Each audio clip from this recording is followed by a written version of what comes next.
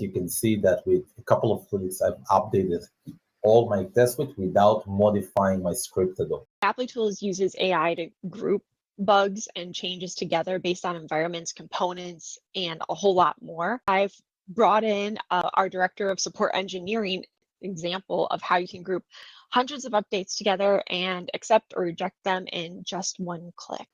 But with Applitools, instead of going back to my code and modify all the assertions and locators and things like that, with a single click, let's say if I will click on thumbs up, update it based on Applitools, now search for similar steps where this change happened and accepts it automatically for me. Of course, the same thing will happen if I will reject this change. So if I will look, let's say that on the Levi's, this is a bug, it's not intentional. I'll click on the reject, and now Applitools will reject the remaining steps for me. And just by that, with 2 steps, with 2 clicks, I modified everything in the page. Laurent was able to make the change across tens and tens of screens, and you can do that with hundreds of screens, if not more.